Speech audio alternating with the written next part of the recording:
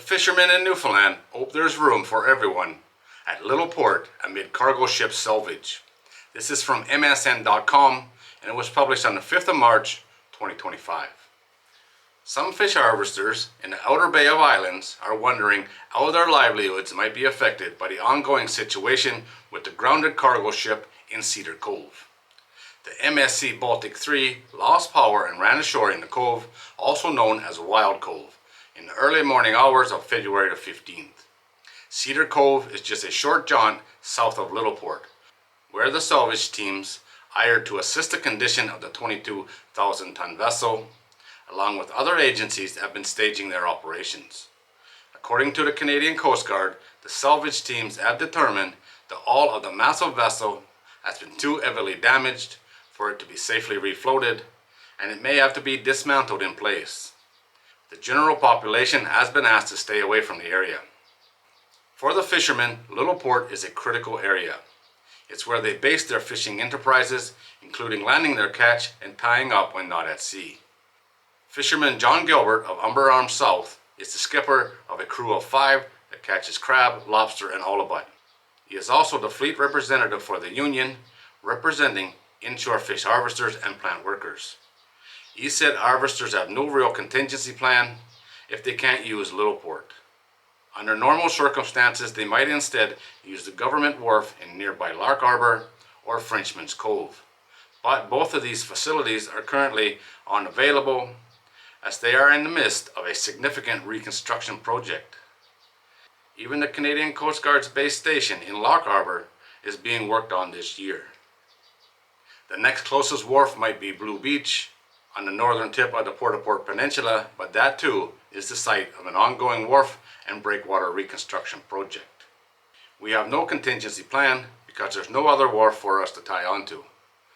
Gilbert has been in communication with the Coast Guard officials in the area and said they have indicated they will work with local harvesters to make sure a plan can be worked out. We're going to have to work together, said Gilbert. They got a lot of boats that are on standby right now, and they could put those on trailers until they need them. Jeff Childs of Lark Harbor is also a fish harvester that uses Little Port. Said there could be as many as 25 longliners based out of Little Port this season, with the wharves in Lark Harbor and Frenchman's Cove unavailable. Childs, who is also a member of the Lark Harbor Town Council, said there has been a lot of communication with the Coast Guard and other agencies involved in dealing with the MSC Baltic 3. He said fish harvesters will need to access Little Port by April the 1st, when the snow crab fishery usually starts. We're at 100% capacity at the wharf, said Childs, skipper of the 5-person crew and also fleet representative for the union. Childs said the Coast Guard has indicated they are considering other options to free up berths, including possibly putting anchor pads in the Little Port Cove or a temporary floating dock near the Coast Guard station in Lark Harbor. I think it's going to work, says Childs. We just got to make it work. Parking may be just as much an issue as congestion dockside. Childs estimates there could be as many as 100 harvesters parking in the area on days they go fishing.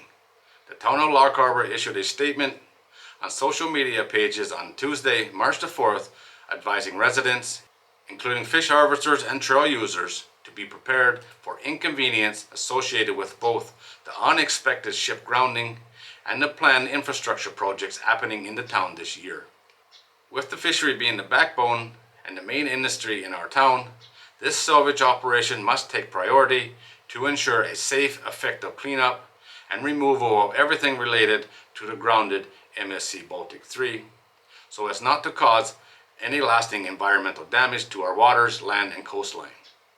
Gilbert agreed that the ship needs to be removed as quickly as possible before it becomes a hazard to the fishing grounds he and others depend on.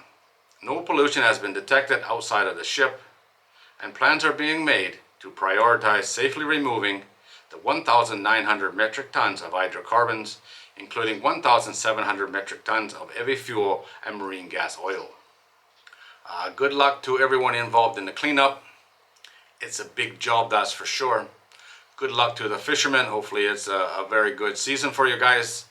And as always, thanks for watching. I do appreciate it.